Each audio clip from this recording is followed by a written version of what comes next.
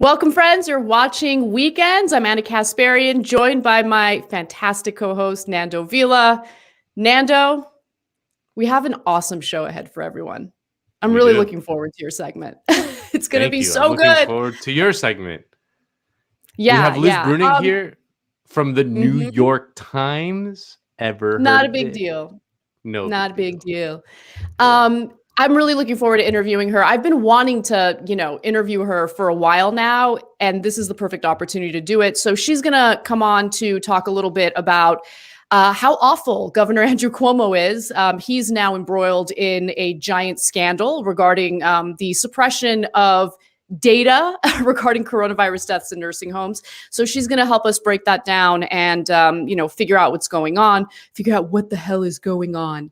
And Texas is in a lot of trouble. Capitalism has got a lot to do with it. Deregulation has got a lot to do with it. Nando's going to suss that out.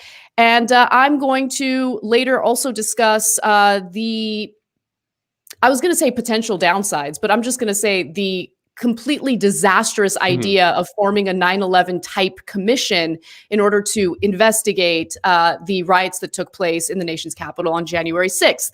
But before we get to that, Nando, Ted Cruz. I know everyone's talking about it, and I wanted to get your thoughts because Ted Cruz did what you would expect Ted Cruz to do: abandon his constituents, abandon the state of Texas when it's in the middle of a terrible crisis, and vacation in Cancun. And then when he got caught, he just ran back home and pretended like all he was doing was trying to be a good father. He just was dropping his kids off, and then he was going to come right back. It's just It reminded me of kind of like a throwback political scandal. Like it feels like a very political scandal from back in the day when this kind of thing probably would have sank his career. This is the kind of thing that ended other careers. I remember who was the governor that like disappeared for Mark a while Sanford? and went to he went to like Argentina or something. He said he was on the Appalachian Trail, but really he was getting it in. Yes. Yeah. Like that ended that ended his career. And this, but obviously, like, I mean, the it's a very funny scandal. Ted Cruz is like a very funny figure. He's disgusting and ridiculous and an absolute phony. Like, I just don't understand how anyone cannot see through like the fake pose as this like, red meat conservative when he's clearly just like a fancy lad Harvard guy. But it's just the whole thing is very, very funny to me, although it is just kind of like indicative of a couple things. One is like just how much these people in power just absolutely, just not like no even concern for the plight of regular people. Like it just doesn't even, I'm sure he didn't even think about it. It didn't even like cross his mind. It wasn't like something that he was like, oh, I'm gonna have to do like surreptitiously or anything like that. Like he was just like that. No, it's fine. I can go. Like, cause it doesn't even enter his head. It didn't register that what he was doing was like cruel and would, if caught, would be seen as abandoning his own constituents at a moment of crisis. The thing that you mentioned that if this had happened maybe years ago, it could sink his career. I think that there's still a possibility that he could suffer some political consequence because he made the mistake of apologizing. I guess, remember, but, I don't know what it's going to be. I don't think he's ever going to be chosen as the the Republican nominee. Like he's still planning to run in, the next presidential election. I think that this will probably come back up to haunt him for that purpose. Yeah, maybe. But he would have lost anyway for other million reasons. And that he just doesn't have it. He just doesn't have what it takes to really win the Republican nomination. But it's not going to like end his political career. Like he'll be senator for as long as he wants to. I don't, you know what I mean? I don't think that's gonna affect his career at all. I mean, I think even what's gonna happen actually is that they're gonna flip it, and it's over time. They're gonna like I wouldn't be surprised if this turned into some sort of fundraising gimmick, like look at these horrible libs, like whatever, you know what I mean? Like he's gonna flip it back and everyone's gonna fall in line because everyone's partisan. And it's gonna get fed into the sort of meat grinder that is the culture war and come out on the other side like just disgusting ground meat. You know what I mean? It's like it's just I don't foresee this kind of thing affecting him really at all. Well, I mean, consider the fact that like Congress is on recess right now. They don't care. They don't care. So Ted Cruz just happened to take it one step further by going on a beach vacation while his own constituents are suffering. But yeah, I mean, look, maybe you're right. And honestly, from now till the next general election, it might feel like time flies by, but it's a lifetime in politics. And so much is going to happen politically from now till then that people will probably forget. I don't know. Yeah. But he's just such a grimy and terrible person.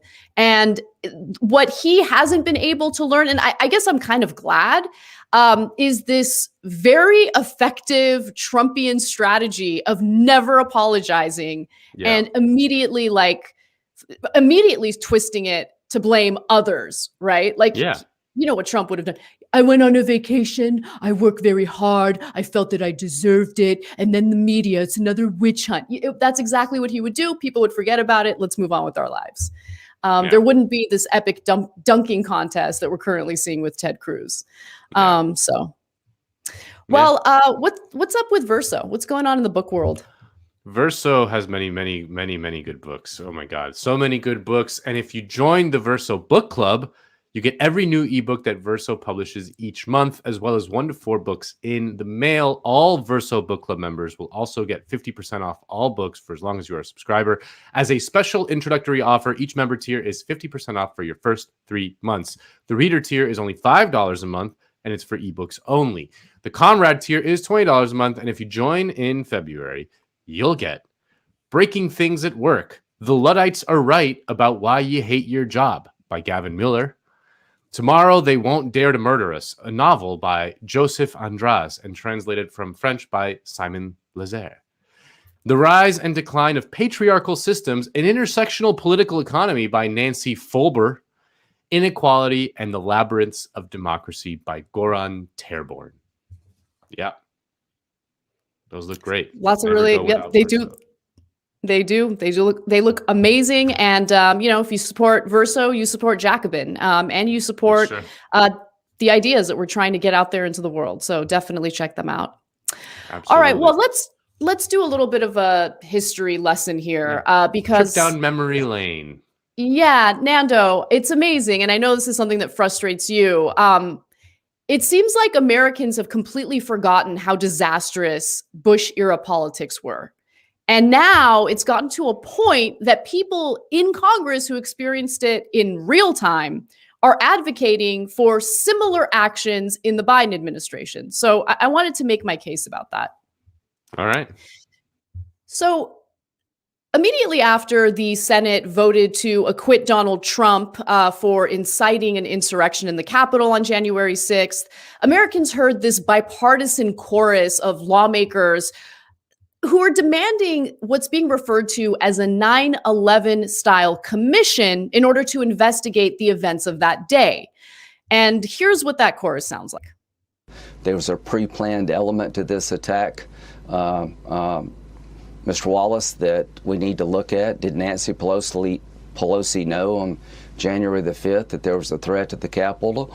What did President Trump do after the attack? We need a 9/11 commission to find out what happened, to make sure it never happens again. I think there should be a complete investigation about what happened on 1/6.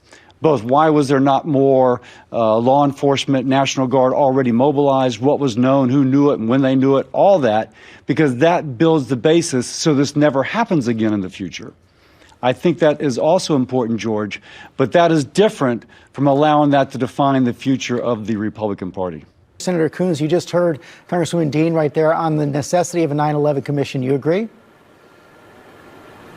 I do. George, this was a remarkable week, a powerful week. And I think the House managers, obviously Congresswoman Dean and Congressman Raskin, and a very talented team put on an incredibly compelling and powerful case. But there's still more evidence that the American people need and deserve to hear. Now, Following all of these statements, you can expect the corporate media to just simply regurgitate this call for a 9/11 type commission. Opinion peddlers talk about the absolute necessity in order to prevent domestic terror attacks in the future. And naturally, everyone who seems to support the idea of a 9/11 type commission in order to do this investigation seems to have their own interpretation of what it means. What will this commission investigate? What will it look into? And Democrats, by the way, seem to think that this commission will carry out the justice against Donald Trump that they were unable to get through the Senate impeachment trial because of the fact that he was acquitted. Some, like Democratic Representative Eric Swalwell, are under the impression that the commission will help investigate and root out white supremacy in the United States. I do think that we have to take a approach that we took after September 11 and root out white nationalism, terrorism from our country. I do believe we need a September 11 style commission. Take it outside of Congress. I don't want this in Congress, frankly. I think it should be an independent commission appointed outside of Congress from scholars, experts, statespersons who can tell us, what happened and how we can defeat it. And you know that this is already becoming incredibly political in nature and nothing more than a vehicle for more political and partisan campaigning when you hear from the GOP and what they believe that this commission should be used for. It also provides them an opportunity, or provides cover for the fact that they refuse to hold Trump accountable. It gives them the opportunity to signal to the country that while they were willing to acquit Donald Trump, they took the attacks on January 6th very seriously, and they want a full-blown investigation to figure out what's going on. In fact, former Indiana Governor Tim Romer, who served on the original 9/11 commission, brought up Senator Mitch McConnell's Senate floor speech immediately following his vote to acquit Donald Trump. And he believes that, hey, you know what? Even though he acquitted Trump, it's not a big deal. Mitch McConnell clearly, based on that speech, takes this situation very seriously. Here's Tim Romer's specific quote where he says, Senator McConnell's floor speech the other day certainly leads people to believe that he shares the frustration with the spread of these conspiracy theories and has deep concern about the need to strengthen the role of Congress as an institution and critical democratic participant moving forward. And I want you to really think about those words and how there is going to be a concerted effort to solidify power and expand power, not just among congressional lawmakers, but more importantly, the surveillance state. And whenever you hear anything about modeling policy or modeling investigations based on what we did after 9/11, you should worry, because all we really did was expand the surveillance state, expand the security state, and infringe on the civil liberties of Americans. And I really want to make that case in this segment. So much like the aftermath of the after the 9/11 attack, politics, fear, and emotion are really driving this rush to pursue a new investigation, a new commission, based on the discussions surrounding how this commission will form and what it exactly will entail. It's evident that it'll be costly and ineffective at best, but damaging or even disastrous for our civil liberties at worst. For instance, just listen to the language that was used by Representative Swalwell later on in that same interview. Speaking of investigating white supremacy and white nationalism, do you think the intelligence community should make a shift towards focusing more on that after everything we've seen, rather than focusing on international terrorism? Is domestic terrorism something that really needs to be taken seriously, given what we saw on January 6th?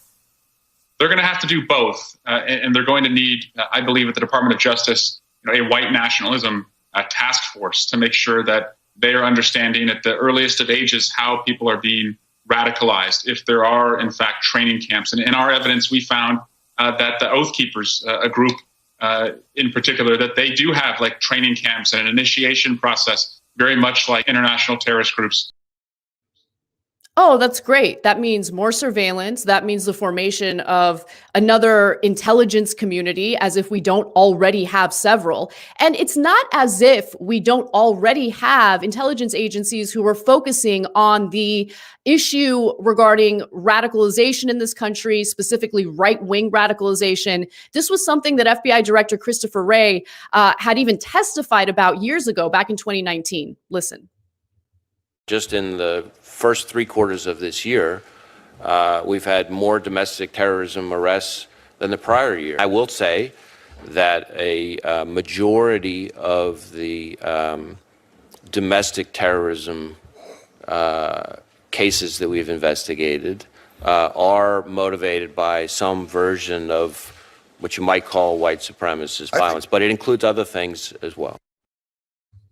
So clearly we have government officials, we have members of the intelligence community who are doing exactly what this so-called 9/11 type commission would do in investigating what took place in the nation's capital on January 6th.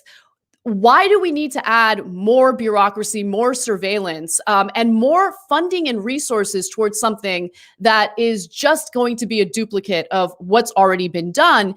And really the concern is that this will expand surveillance and much like 9/11, use the fear-mongering tactics regarding terrorism in order to sell expanded surveillance to the American people. And to be clear, Americans have been indiscriminately spied on and tracked by intelligence agencies since, well, about 1945. However, there was a little gap when there were some privacy protections for Americans.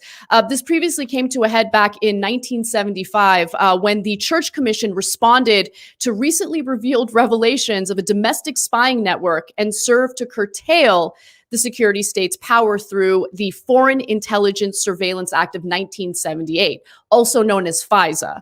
Now, FISA was later a regulation that was violated by the NSA under the Bush administration. And it was certainly an issue that was basically provided, the 9/11 Commission basically provided cover for through their own findings and their own investigation. So a quarter of a century later, 9/11 became the excuse for an unprecedented increase and expansion of the surveillance state. And that's likely what we would get through the recommendations of another 9/11 type commission that would give their recommendations following their investigation of what happened in the Capitol. So far, the general public knows very little about the nuts and bolts of what this commission would entail, but there are already some signs that this effort is quickly shaping up to be similar to the commission that preceded it. So Tim Romer, the former Indiana governor that I cited earlier, does not want this investigation to be narrow in scope. So for anyone who's under the assumption that this commission is just going to hone in on what happened on that specific day, understand that there is a growing call for a broader investigation that looks into how these right-wingers get radicalized. It's the same language that was used regarding Muslim radicalization. And what ended up happening is intelligence communities started spying in on Muslim students who were doing absolutely nothing wrong. All sorts of privacy violations occurred, and it was incredibly invasive. So again, to call back on those types of surveillance methods that resorted from an insane investigation that was too broad, I think is a really bad idea. So Tim Romer, by the way, said this. He suggests a broad scope looking not only at the January 6th attacks, but, quote, how we try to ensure the peaceful transition of power. What do we do to make sure that conspiracy theories and lies don't permeate our democratic system of information getting to people? And how we take bipartisan steps forward to strengthen our democratic institutions. And he goes on to give a pretty lengthy list of what else should come of this 9/11 type type commission, saying what were the roles of social media, of disinformation campaigns and conspiracy theories leading up to it, planning it, sharing it, and inspiring people to be involved. A commission needs to look at the role of white supremacist organizations, their growth, their spread, their utilization of social media and the internet. How did they become part of this effort? How did they get such a foothold? Now, Representative Jim Clyburn wants this commission not only to be broad in scope, but he wants it to be exactly like the old one. When we talk about a 9/11 type commission, let's make it in the replica of 9/11. Let's make it a replica of 9/11. And when House Speaker Nancy Pelosi was asked how this upcoming commission will be different from the 9/11 commission, she didn't talk about, maybe doing something to hinder invasive surveillance recommendations or anything like that. What she did focus on was the diversity of those who end up sitting on this panel or this commission. She says it'll be different from 9/11. What were there? 9 people, all white, 1 woman? It will look different. Oh, okay, great. So as long as the group of people calling for more surveillance on Americans is a diverse group, then I'm sure it'll be okay. We'll be fine under that scenario. I mean, it's absolutely ridiculous. And it should worry Americans that Nancy Pelosi's mind is dead set on modeling this after the previous commission. It's not because it wasn't diverse enough. The problem was that it existed in the first place and it recommended more surveillance. The 9/11 Commission served as an example of how ruthlessly a tragedy could be used as a political weapon to erode American civil liberties. What the 9/11 Commission really did was provide a rationale for the invasive and illegal government spying that was already taking place years prior to the release of their report in 2004. In fact, in 2001, right after the 9/11 attacks happened, the National Security Agency, NSA, under the leadership of Michael Hayden, was already conducting illegal wiretaps on American citizens with the help of Bush and Cheney. So in other words, that FISA law that I was referring to earlier was the very law, the very regulation that was meant to protect Americans' privacy. However, that law was violated by Bush and Cheney, and certainly the NSA, which wanted to bypass the FISA courts, basically preventing themselves from having to get a warrant before they start spying on Americans. So James Bamford writes about this in his book, Shadow Factory. And I want to give you a few excerpts that clearly lay out how problematic this was. The NSA would have to get a FISA warrant to begin targeting Americans, a process NSA Director Michael Hayden claimed was slow and cumbersome. Instead, he told the president he wanted authority to secretly bypass the court and begin monitoring all of the target's international communications immediately. In other words, in hot pursuit. The standards for what represented a rationale or reasonable intrusion into Americans' privacy had changed, Hayden said, as smoke billowed from 2 American cities and a Pennsylvania farm field. So Bamford continues to write that Hayden's real problem today, meaning back then when this was happening, was not so much velocity, speed, as it was volume. He wanted to be able to target thousands of people simultaneously, some briefly and some long-term, without the hassle of justifying them to anyone higher than an anonymous shift supervisor. Now, there was certainly some backlash when this illegal wiretapping was taking place. However, what the 9/11 Commission provided in their 2004 report was justification, was a rationale for this type of government spying, even though the spying was illegal.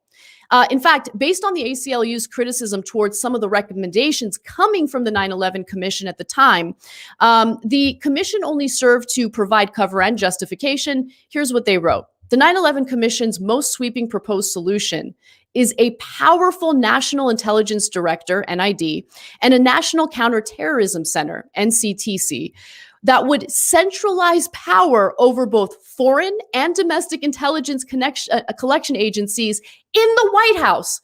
Remember, Hayden reached out to Bush and Cheney in order to bypass the FISA courts. And they gave him the ability to do that. They gave him the green light to do the illegal wiretaps. What this 9/11 Commission recommended years later was that this is the way it should be.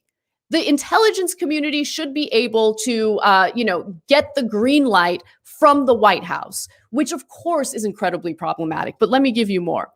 The way in which the recommendation centralizes power over both foreign and domestic surveillance in the White House raises serious civil liberties concerns. Putting domestic national security surveillance in the hands of a top spy at the White House rather than a top cop at the Justice Department raises real risks of making sensitive domestic national security investigations a servant of the president's political or ideological goals. As outlined, the 9/11 Commission's recommendations would put too much power in a White House official with access to the agencies of government that spy on Americans. And unfortunately, the ACLU's fears did come to fruition, and they laid out exactly how the 9/11 Commission's recommendations would lead to increased and unnecessary spying on innocent Americans. They write that as proposed by the Commission, the National Intelligence Director's powers would include the power under the U.S. Patriot Act to set requirements for FBI wiretaps and other intelligence surveillance within the United States. Again, this means that one person, the top guy who's in the White House or works within the executive branch, would be able to give the green light for certain surveillance under the recommendations of this 9/11 Commission. Now, former Indiana Governor Tim Romer did brag about how all of these recommendations, or most of these recommendations, were implemented. And remember, he sat on that commission. Recently, he told Politico this: out of our 41 recommendations, I believe 39 and a half were passed into law. I believe that is unprecedented in these commissions' histories. In fact, in 2011, the 9/11 Commission complained that, a few of their surveillance measures had not actually been implemented yet. They wrote that the government has failed to put into action a broader screening process using biometric technology that checks individuals as they leave the United States and has yet to establish a standardized form of identification, the report says. In addition, terrorist detention guidelines remain unclear. So they were worried about that. Like, hey, the Americans traveling to and fro, we got to make sure they're good. Are we using this biometric data? And come on, we already know how invasive this surveillance has been. Traveling has become a complete and utter nightmare as a result of ineffective, by the way, expanded surveillance. And apparently the commission was also concerned that the government had not implemented or created a civil liberties board, which, by the way, never came to fruition. So I guess when Romer's talking about the half recommendation that was never implemented, he's probably referring to the Civil Liberties Board. Now, when it comes to building support for this upcoming commission, I want you guys to pay close attention to certain tactics and strategies that I can already see playing out. So in order to drum up public support, what we're going to hear from the media and from members of Congress is this notion that it's going to be this wonderful, independent, bipartisan group of individuals. They're not going to be democratically chosen in any way. They will be appointed by our members of Congress. And there's this idea that, they're going to make sure that this is not going to be political in nature or partisan in nature. It's just going to be a fair investigation. Here's what that looks like. Speaker Pelosi says there's going to be a quote, outside independent 9/11 type commission to investigate what led to the attack on the U.S. Capitol. Of course, there must be a full commission, an impartial commission. Let's have some independent studies of exactly what went on, not just on January 6th, but what led up to that. In reality, this upcoming commission will be partisan in nature. It will have an equal number of Democrats, equal number of Republicans, and it will be used as nothing more than a tool for politics, really. Is it going to resort in anything useful? No. are the proposals for this commission in any way unique to what the government is already doing in investigating white supremacy or terrorist groups in this country? No. What it will be used for is whatever both political parties choose to use it for. They will use it for their political messaging. There's no question about that. And we saw the same thing play out when it came to the actual 9/11 Commission. We heard the calls for an independent body, a party that has an equal number of Democrats and Republicans, and this idea that as a result of that makeup, they will be fair and the outcome of their recommendations will be unbiased. But I do want you to check out what Mel Goodman, who was a fellow at the Center for International Policy, had to say about that at the time. He was pretty critical of this commission. Here's what he had to say. What this country needed was an independent, nonpartisan commission. The commission wasn't nonpartisan. It was presented to us as bipartisan. Well, when you appoint a group of people, 5 Democrats and 5 Republicans, that is certainly not nonpartisan. And I would argue it isn't even bipartisan. What it is balanced partisanship. And you can look at the commission's report time and time again to see where the Democrats on the commission check the views of the Republicans and the Republicans on the commission check the views of the Democrats. So forget this notion that this was somehow a bipartisan commission. It wasn't. It was balanced partisanship, and it did a great deal of harm to the final product. And, you know, that critique was something that was repeated by others, including Benjamin DeMont over at Harper's Magazine, who wrote, "In the course of blaming everybody a little, the commission blames nobody, blurs the reasons for the actions and hesitations of successive administrations, masks choices that, fearlessly defined, might actually have vitalized our public political discourse." So make no mistake, the only thing that's likely to come from this January 6th commission is the reinforcement or justification of current surveillance and possibly suggestions for more of it. It will be used as a vehicle for political posturing by both parties, and it will suck up resources at a time when Americans are told that the government can't cancel their student loans or provide robust economic relief during this pandemic, when so many people, tens of millions, have lost their income, and of course, the healthcare that comes along with their jobs. So to focus on this right now, I think is a pretty horrendous thing to do. And to put any resources behind it is also awful. The commission had a total of 80 employees. It cost millions, tens of millions of dollars. And that might not seem like a lot of money right now, but if the focus is on pumping resources toward this commission as opposed to dealing with the actual crises that Americans are dealing with day to day, it's going to show us where the government's priorities are. We're already spending most of our resources on the military and the security state. It's about time we push back. And by the way, stop whitewashing and laundering the Bush era and the awful policies that resulted from this 9/11 commission.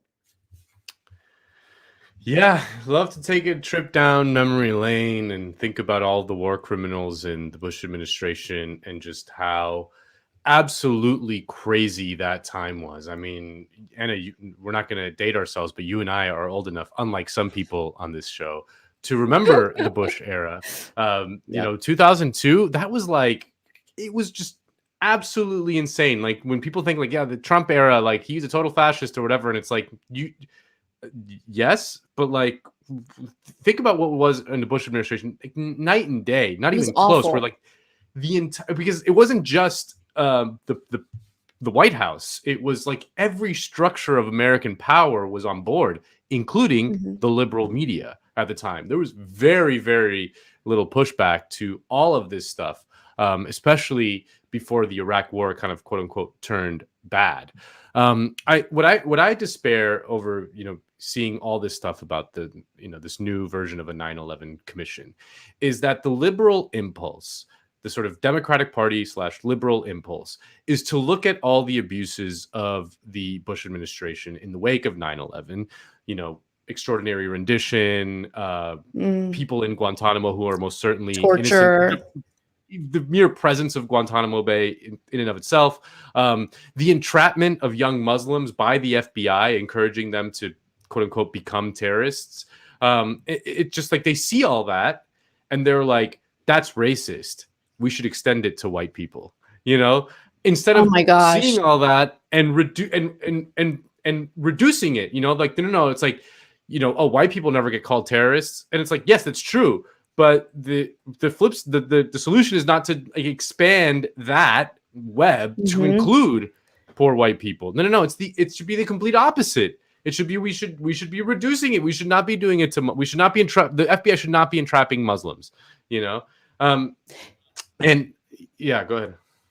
No, you make such a good point. And honestly, if you want to see how in my opinion, the way that the discourse has devolved further since the Bush era is that back then there had to be this overwhelming effort to justify surveilling American citizens, right? When it came to surveillance of foreigners, when it came to unbelievably cruel, brutal treatment of Muslims, whether they're in the United States or abroad, that's okay. At least it's not American citizens, right?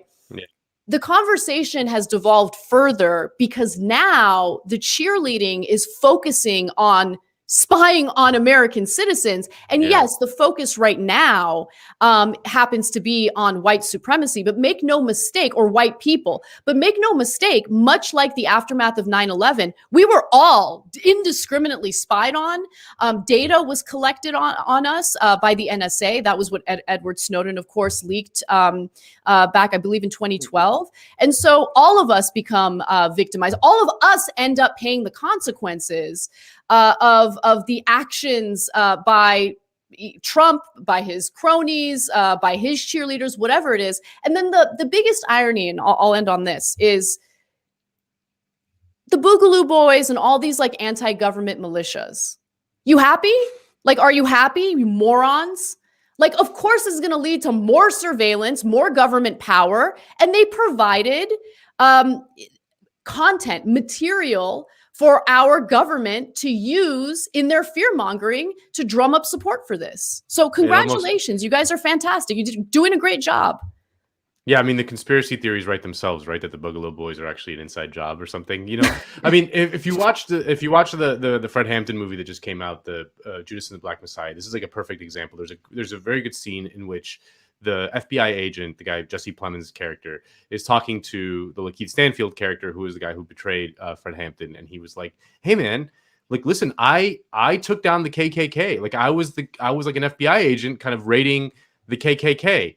And then obviously what he does is then turn around and, you know, like he sees himself as like the brave defender against this kind of like white extremism, but then he goes around and turns around and destroys the Black Panther Party. I mean, like, what's going to happen is the same exact thing. Like, they're going to go after, you know, the Boogaloo Boys or whatever. And that they're definitely going to go after those people 100%, but they're also going to turn around and go after the left. I mean, that's just what these things are always designed to do, really, is like they're going to go after left. They're going to call, you know, I don't know, whatever, some union campaign, like extremists who are looking to subvert you know, the American system or whatever.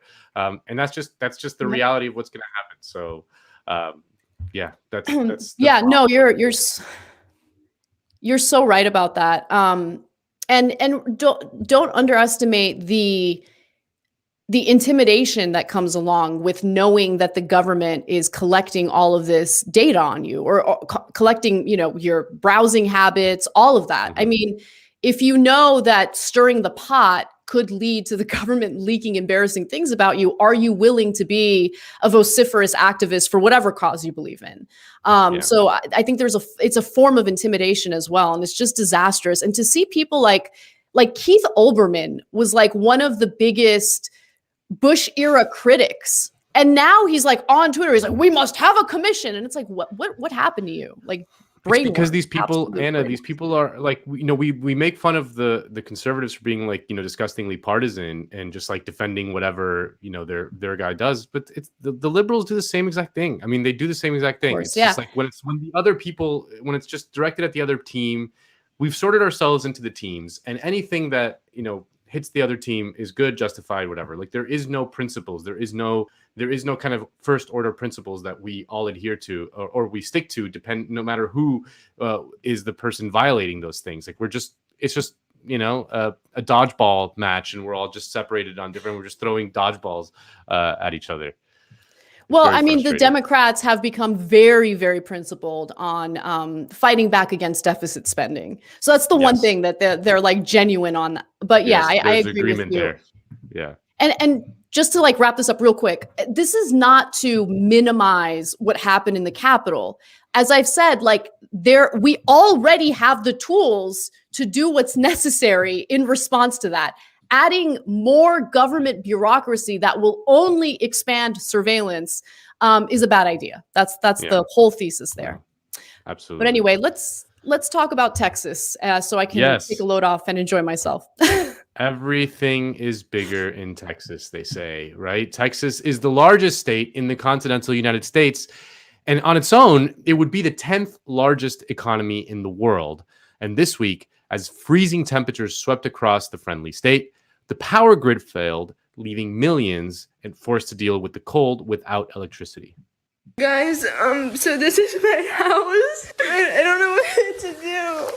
Oh my God! Day 4 of the U.S. winter weather crisis, and things only seem to be getting worse, especially in Texas, where as of Thursday afternoon, 500,000 people are still without power and heat as electricity companies fail to deal with rare sub-zero temperatures. As of last night, the number of deaths attributed to the blackout stood at 58. I'm sure it'll get higher. So why did this happen? How did the infrastructure of one of the richest states in America fail so badly? Well, the answer, my friends, is clearly... So it was all working great until the day it got cold outside. The windmills failed, like the silly fashion accessories they are, and people in Texas died. No, Tucker, no. It's not the windmills. The power grid in Texas actually failed due to a little thing we like to call free market capitalism. You see, Texas has its own electrical grid, one that is completely cut off from the other grids in the United States. Most of Texas is on its own energy grid, run by the organization called the Electric Reliability Council of Texas, or ERCOT. And it is disconnected from the two main power grids in the rest of the country, the Eastern and Western interconnects. And it is the most deregulated energy market in the country. That's right. Texas refused to join up with the other grids because keeping their grid within their state border allowed them to avoid federal regulations on the grid. I mean, you just got to love our stupid federalist system. But this freedom to avoid regulation allowed Texas to pursue a more market-oriented energy system. Here's the Washington Post.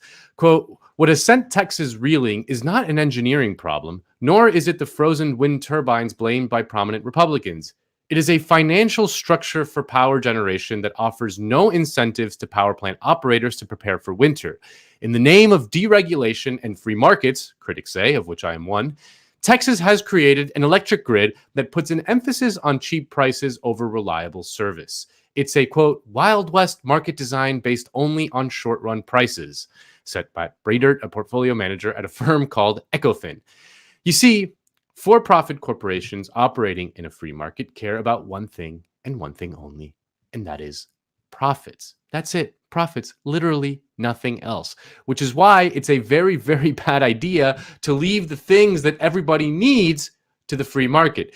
You know, things like education, healthcare, housing, water, and ding, ding, ding, you guessed it, electricity, so you don't freeze to death in the winter. Now, people are calling what happened in Texas a failure, but not according to the Harvard guy who designed the system. No, to him, the system worked as it was intended to. That guy's name is William Hogan, and according to the New York Times, he is the architect of the strategy the state adopted 7 years ago. Quote, Mr. Hogan, a professor of global energy policy at Harvard's Kennedy School, acknowledged that while many Texans have struggled this week without heat and electricity, the state's energy market has functioned as it was designed. That design relies on basic economics. When electricity demand increases, so too does the price for power. The higher prices force consumers to reduce energy used to prevent cascading failures of power plants that could leave the entire state in the dark, while encouraging power plants to generate more electricity. It's not convenient, Professor Hogan said. It's not nice. It's necessary. Yeah, Mr. Harvard guy. It's not nice or convenient that some people in Texas have been slapped with a $10,000 electricity bill, even while the state froze. And it's certainly not nice that due to your stupid basic economics, people had to die. In Houston, a woman and an 8-year-old girl dying of carbon monoxide poisoning after a car was left running in a garage to help generate heat. Now, the guy at the center of this whole debacle has been someone named Bill Magnus. He's the CEO of a thing called the Electric Reliability Council of Texas, or ERCOT, and they're the organization that operates the Texas grid. And Texas Governor Greg Abbott has put the blame for these outages squarely on you guys. You're on the hot seat right now, obviously. So let's just take a listen for a moment to what he told our affiliate, KTRK, this morning. So ERCOT stands for Electric Reliability Council of Texas. And they showed that they were not reliable. These are experts. These are engineers in the power industry. These aren't bureaucrats or whatever the case may be. These are specialists. And government has to rely upon these specialists to be able to deliver in these types of situations. So he went on to call for your resignation, the resignation of ERCOT leaders. I'd like to get your response to that, and also your response to what people are saying, that maybe Texas is too deregulated, that other states operate natural gas and wind in cold weather, and they outfit them by regulation so that they can survive that. First, Abbott. Second, maybe you guys are doing it wrong. Okay. First, as I was saying, the total focus of our team now, from me to our grid operators to everyone else, is to get the power back on. There's going to be a lot of investigation and analysis of this event, which obviously had huge impacts on Texas. And it needs to be looked at. All of the decisions we made need to be looked at. So let's look at those decisions and all those decisions you made. Here's that same guy, Bill Magnus, just over a month ago on, I shit you not, a podcast called Grid Talk, a podcast about electrical grids, explaining the beauty of his market-based grid. Being clear about what it is you want out of your electric system. And I think this is where some of my counterparts in other parts of the country have challenges is, in the ERCOT market, the market was restructured, and our objective is to provide reliable, least cost power to the citizens of Texas and in 75% of the state in a competitive retail market. That's been the central driving force behind what we do. A competitive retail market. That's the central driving force behind what they do. Remember, this is the market that is now charging consumers as much as $10,000 in electricity bills. But wait, what happens when you have a market structure? So having a market structure that can have very bracing outcomes, but also very profitable outcomes for those who are there and, providing service on those times when we have scarcity pricing and prices go quite high, that can be a really good day. So there you have it. Market structures can produce something called bracing outcomes, maybe millions of people losing power during record low temperatures. But a market structure can also have very profitable outcomes for those who are there to provide electricity when they have scarcity pricing, such as, and I can't believe that this is true, Texas cartoon villain Jerry Jones, the owner of the Dallas Cowboys. According to a report in Newsweek, the winter freeze that has gripped Texas and other central U.S. states for the best part of the week, leaving millions without power, has resulted in a financial bonanza for the company of Dallas Cowboys owner Jerry Jones, who has profited from soaring demand for gas. Comstock Resources Chief Financial Officer Roland Burns acknowledged that the company had hit the jackpot as it sold gas from its Haynesville shale wells in East Texas on the spot market for a price between $15 and $179 per cubic feet. The story continues. This week is like hitting the jackpot with some of these incredible prices, Burns said during an earnings call on Wednesday. Frankly, we were able to sell at super premium prices for a material amount of production. The company reported fourth quarter revenue of $274.8 million, which was also ahead of Wall Street forecasts. Shares in Comstock have approximately gained 29% since the beginning of the year. Now, beyond the immediate crisis, what has the deregulation of the Texas electrical grid meant for regular Texans not named Jerry Jones? Well, the major deregulation came in 2002, and here's how a 2014 study by the Texas Coalition for Affordable Power described it. They wrote, on January 1st, 2002, precisely at the stroke of midnight, Texas broke with its long tradition of regulating most electrical service. It was a colossal policy change. No longer would giant vertically integrated utilities maintain their monopoly grip on residential and business customers. No longer would Austin political appointees determine directly the price of air conditioning and lighting homes. Instead, new retail electric providers would vie for business in most parts of Texas. In theory, the free market and competition would keep a lid on rates. There would be more choices and better services. Well, how did that turn out? Well, according to the same study, not so well. They write, Texans in deregulated areas have consistently paid more for power than Texans outside of deregulation. All told, Texans living in deregulated areas would have saved more than $22 billion in lower residential electricity bills since 2002 had they paid the same average prices as Texans living outside deregulation. So Texans in a deregulated market are paying a premium vis-a-vis their comrades in more regulated areas. That's because deregulated markets need to allow for profits. Here's how a good piece by Mark Sumner broke it down. What ERCOT created was a system where electrical prices can float based on momentary spikes in demand. Prices can soar to several dollars per kilowatt hour when the grid is hard pressed, or literally be in negative territory when the demand fails to meet the base level of generation by the system. When consumers in Texas buy electricity, they don't see these wild swings in their bill. That's because they, as individual consumers, they don't really buy electricity. They buy a sort of electricity insurance, one in which providers contract to provide them power at a fixed or semi-fixed price. That price is, of course, designed to be well above the median cost of power on ERCOT's self-contained electricity market. Electricity insurance, like medical insurance, creates another level at which there's an opportunity for profit. It is, ladies and gentlemen, an absolutely insane system. You see, electrical power cannot be allowed to exist on an open market. It's something that everybody needs. You can't opt out of it and live a normal life in our society. Those things, the necessary ones, they absolutely need to be decommodified. And the thing is, we already have a model for what that would look like.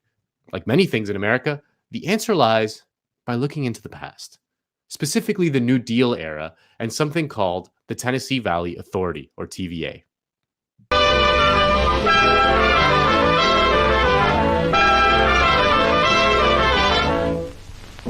These are the symbols of a nation's constructive energy. Douglas, Guntersville, Cherokee, Wilson, Pickwick Landing, Chickamauga, Hiwassee, Fontana, Hales Bar, Watts Bar, Fort Loudon, Wheeler, Appalachia, Norris. Built for and owned by the people of the United States. Man, those old New Deal propaganda reels are amazing. I encourage you to watch the whole thing. So the TVA was created in 1933, as the newsreel said, to harness the power of the nation's river for the benefit of the American people, not the profit of capitalists. And wouldn't you know, it's still kicking today, despite repeated efforts to privatize it, most notably from one Barack Obama. Obama's TVA privatization push was actually opposed and ultimately defeated by labor unions, most notably the International Federation of Professional and Technical Engineers. Now, the TVA is a model that can be expanded on and replicated today. Friend of the show and husband to today's guest, Matt Brunig, has a proposal over at the People's Policy Project which advocates for just that. Here's Matt on the TVA. Quote, the TVA, which was originally established during FDR's New Deal, is the largest public power company in the country. In the last fiscal year, it produced and sold 160 billion kilowatt hours of electricity, which generated $11.2 billion in revenue and $1.1 billion of profit.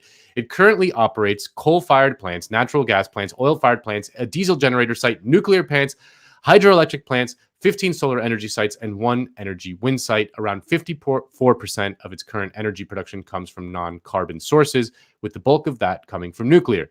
Put simply, the TVA knows how to successfully produce large amounts of carbon-free electricity, so it should be up to the task of helping to decarbonize the electricity supply in its current service area and across the country. And the key to this is that a green TVA, much like the original TVA, will give workers a stake. The dam builders, 200,000 of them in all, 4,000 on this one project. Valley farmers and miners, mountaineers and city workers. To them, this was more than a job. They had a stake in what they were doing. They were building for themselves and for their children, for the future of the valley. Contrary to popular belief, after decades of propaganda, markets are actually inefficient. They're great at enriching capitalists, but not great at delivering social needs. Markets fail Texans, not wind turbines. To prevent a tragedy like this from happening again, we desperately need to move away from the vagaries of the market and towards a publicly owned and publicly controlled energy system. And that's the main point that I wish was the point of discussion anytime this story is talked about in the press, because it's turned into this war between renewable energies and fossil fuels, which that's a worthy discussion as well. Don't get me wrong. But really at the root of what's happening in Texas, as you clearly pointed out, is the deregulation, which is tied to this, market-based utility. And it's just absolutely disgusting and should not be privatized. There shouldn't be a profit motive.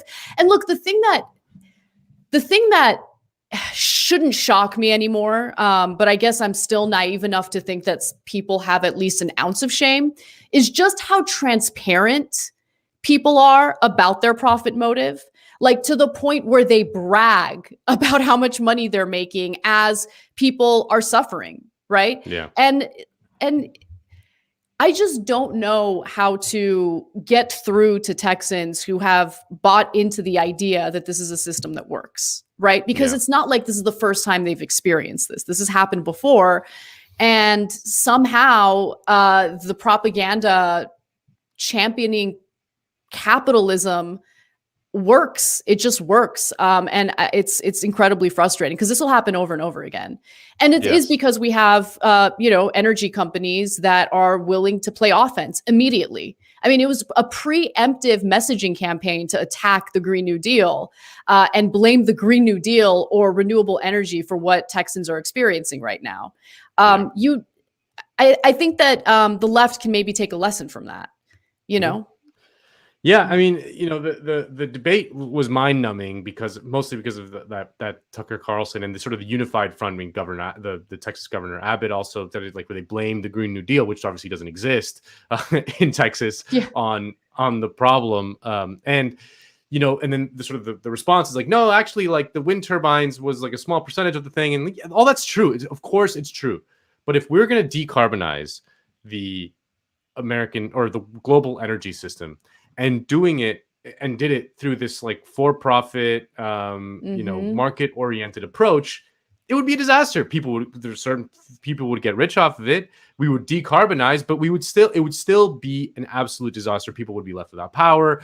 People would be kept in poverty, things like that. Like whatever we do to decarbonize, it has to be pegged towards moving away from markets for these kind of things. Like they have to be publicly owned and publicly controlled. Like that's just, it has to be for the benefit of the people. It cannot be for the benefit of the owners. Like that's the fundamental thing. Whatever the energy is, and there's very heated debates as to what it should be. Like we should all agree that the energy should be owned and controlled by the people. It's just like that. Yes. That has to be, front and center of any of this. And it's a way to frame these things in a way that gives workers a stake, and it gives them like, it's like, no, this is going to be good for everyone. I mean, so often the liberal impulse around environmentalism is like pushing the blame and the costs on regular people, meaning like, take shorter showers, or drive less, or recycle, don't use plastic straws, you animal. And it's like none of that's going to work ever. It's never going to work. It's just never ever going to work if it comes down to individual choices. It has to come from a collective ownership of the energy that we produce. Yeah, you have to get rid of the sorry to interrupt you, go ahead. No, go ahead. No, I was just going to say, like, you absolutely have to get rid of the profit motive, the for-profit model, because I mean, and look, Texas, obviously, with what Texans are experiencing right now, is a prime example of how disastrous this is. But I mean, we have privatized utility companies, or utilities here in California as well. Oh yeah, and we have the same problem. Yes, we did. Exactly. I was going to fires and stuff. Yeah. Yes. So PG&E is a private company, and they decided that, hey, we got to maximize profits, cut our losses, or cut our costs. And what they did was essentially avoid upgrading any of their equipment.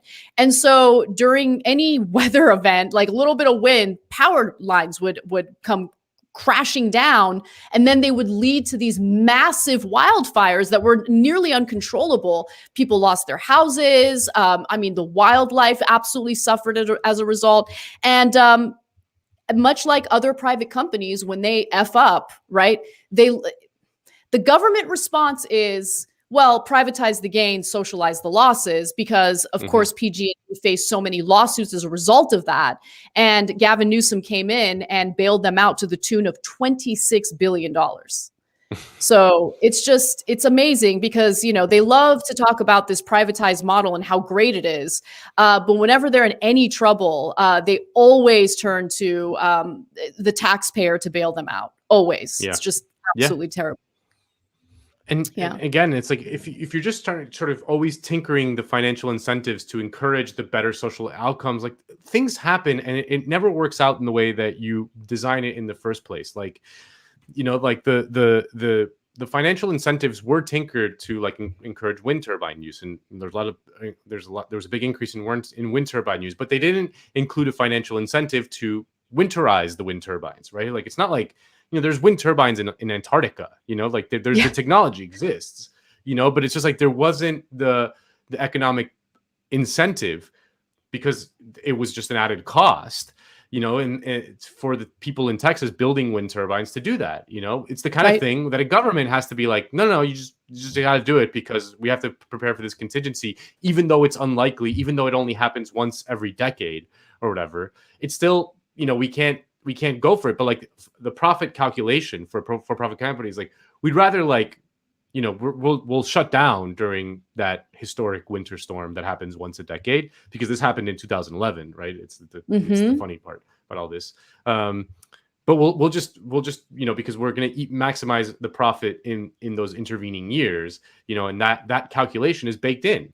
So that's just it never works that way. Like you need the governments to be running these things. Like you need governments to be running the sort of democratically controlled governments to be running the things that people need, we need electricity, we need housing, we need healthcare, we need education. Like this is like privatizing all this stuff is a disaster. It's always been a disaster in every single sector. It's never worked in any single sector.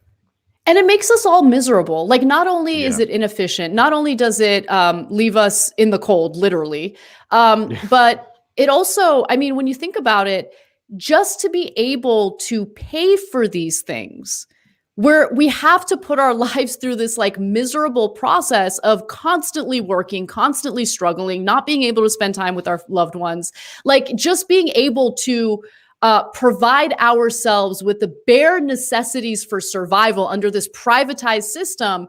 it's just, we have to go to pretty great lengths, and it's absolutely awful.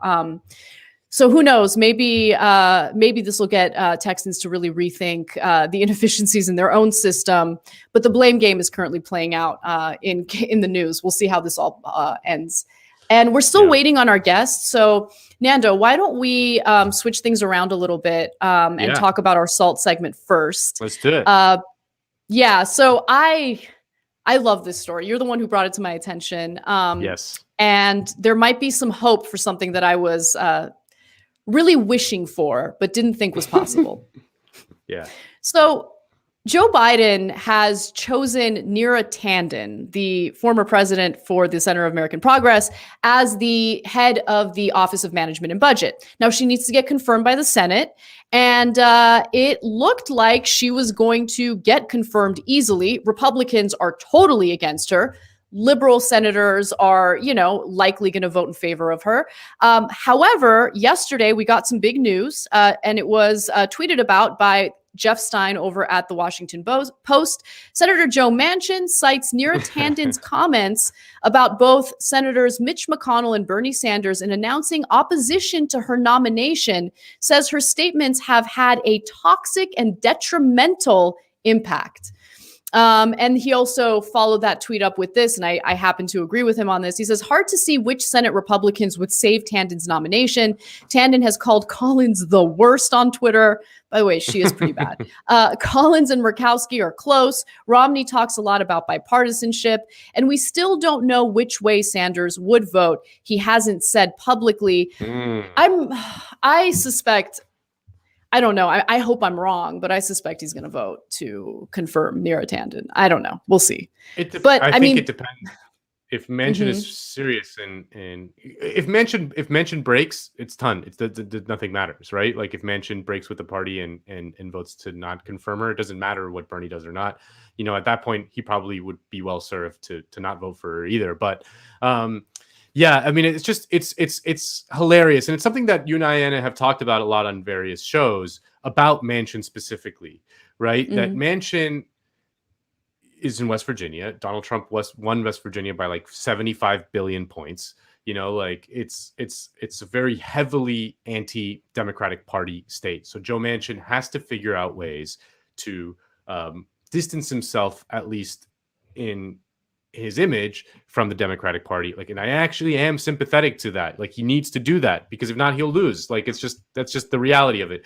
And if you look at Joe Manchin's voting record, for all the sort of talk, he is a decently reliable Democratic vote, much like on the other side, Collins and Murkowski, who have this reputation of being these kind of independents because of the same situation, just in the inverse, that they can't be seen as too reliably Republican. But if you look at their votes, they're actually pretty reliable Republicans. So Manchin has to figure out ways to do that. And this is the perfect way to do it. Because who gives a shit about Neera Tanden? It's very unimportant. They're going to replace her with someone else. Right.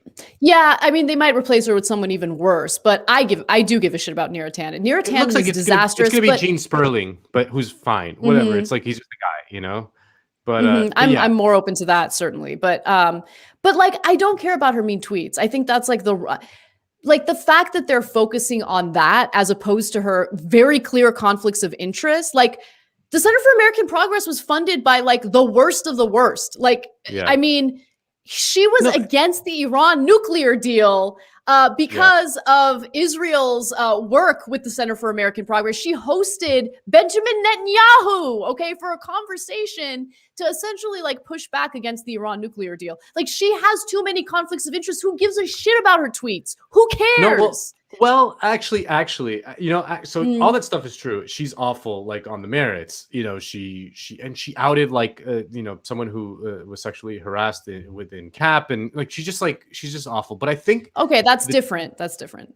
But I think that the tweets do matter for what I'm going to explain right now. I don't care what she said about Collins or Murkowski or even Bernie or but Neera Tanden is her role in the system, right? Is to be the front line of attack against the left. That's true. That's just been her role. That's been her role within the ecosystem of the Democratic Party establishment, whatever you want to call it. You know what I'm talking about. Within that system, corporate Dems. Her position on the field is the person who is on the first line against the left. And the fact that they put her out there like a good little soldier, and now it's like coming back to exactly. Hunter. Exactly. So it's coming back to Hunter. You know, that's where the sweet karmic justice comes into play. You know, like her job at the Office of Management and Budget would have been whatever. I mean, she sucks. Yes, she does suck. But like, yes, like you said, they're gonna put in some other, just a guy. Who cares? It's like not gonna make a huge material difference. But the fact that she's paying the price for the role that she played out on the front lines, just fighting with like, you know, at Sanders bro 4269 you know, at 3 a.m. on Twitter is just it's great. We need that victory. We need that victory. No, totally. I mean, look, I love this. I'm amused by it. Don't get me wrong. I'm just saying, like, in this discussion, you know, the thing that I wish were also part of what was concerning these senators is the fact that she has these conflicts of interest. And to be sure, she's not the only Biden nominee who has deep issues when it comes to ties to corporations, to foreign governments. Like, what are we doing? Right. And, you know, I wrote an op-ed about this for USA Today, and like immediately you get the response of, oh, he's only been in office for this long. And of course, you know, you can't, but it's like, okay, but here the fact, can you read it? Like, these are the facts. These are people. I mean, we know that the revolving door of politics is an incredible corrupting force when it comes to policy decisions. It's worked against the American people. But God forbid you bring that up in the context of a Democratic administration, then it's unacceptable. But hey, we'll have endless discussions and debates about the emoluments clause when it comes to Donald Trump. Conflicts of interest for Democratic appointees and, you know, administrations, that's okay. That's totally okay. Yeah. It's just ridiculous. I mean, I did have some. Go ahead. Go ahead. No, I did have some responses or reactions to it that I wanted to share with you. So let's go to Lindy Lee's. She was a delegate for Biden, and she believes that Neera Tanden committed the unforgivable crime of mean tweeting while female. So obviously, immediately this becomes like an identity issue. Yeah. Elise Hogue writes, I'm appalled by Joe Manchin voting against Neera Tanden for OMB, a committed progressive after he voted for Bill Barr and others. How about assessing her work, competence, and vision instead of the tone of her tweets? Stop sinking good women because they are outspoken. I mean, it completely, first of all, I also don't agree with his votes on the people that were cited in that tweet. You can be against Manchin confirming both parties, right? And I am against members of the Senate voting to confirm Neera Tanden. But this isn't discrimination. That's not what's happening here. No. And it cheapens actual discrimination to use these arguments to try to like provide cover for someone as awful as Neera Tanden. Yeah. You know? No, and I mean, a huge part of it is what I was discussing about Joe Manchin and his need to sort of do these performative things against the Democratic Party every once in a while. The other thing that's really going on here, that is a thing that is difficult to understand, I think, for a lot of people who haven't read a lot about how the Senate operates. The Senate's very strange. The Senate is very different from the House of Representatives. It is really like a club, and they feel like they're part of a club. Like they feel a lot of solidarity with each other. I mean, the clip that went viral last week of that Republican guy, Kennedy, the senator, saying like, you called Bernie Sanders an ignorant slut. You know, like, and it's like, I'm sure Kennedy, who is like a right winger and probably thinks Bernie is like a crazy Venezuelan dictator, like, I'm sure, but he does feel like, no, this is a senator. Like, we have to protect each other. We're both senators, you know, and like that's what's going, like that's part of what's going on here. Like, if she's attacking senators, yeah, yeah, you know, dude, like they're so like. they're so They're in a protective club. of one another. Oh, yeah. I hate it. I hate that it's a club. I mean, there's an endearing component to it because like in this world, it seems like there is no loyalty. Like, you know, you see people cutting each other up on Twitter all day long and they agree on like 99.9% of things, right? So it's kind of endearing and nice to see people who can like stick up for one another like that. But at the same time, we're talking about a governing body that's supposed to fight on behalf of the American people, not their colleagues in the Senate, you know? So that's why it's so disappointing at times. Yeah, and especially disappointing when like Bernie's not going to get the knives out against his colleagues, you know? And I think that's left much to be desired at times, but and Bernie's also just a nice guy. Yeah. No, and you know, I cited Matt Bruenig from the People's Policy Project, and Neera Tanden got him fired. You know, she got him fired from his job at Demos, and you know, I know that it was a very, very difficult thing for him. And you know, he's since reinvented himself and done quite well. And the People's Policy Project is amazing, and it's better than anything Demos has ever done. But you know, I gotta feel like, you know, Matt Bruenig is one of ours. He's one of ours, and you know.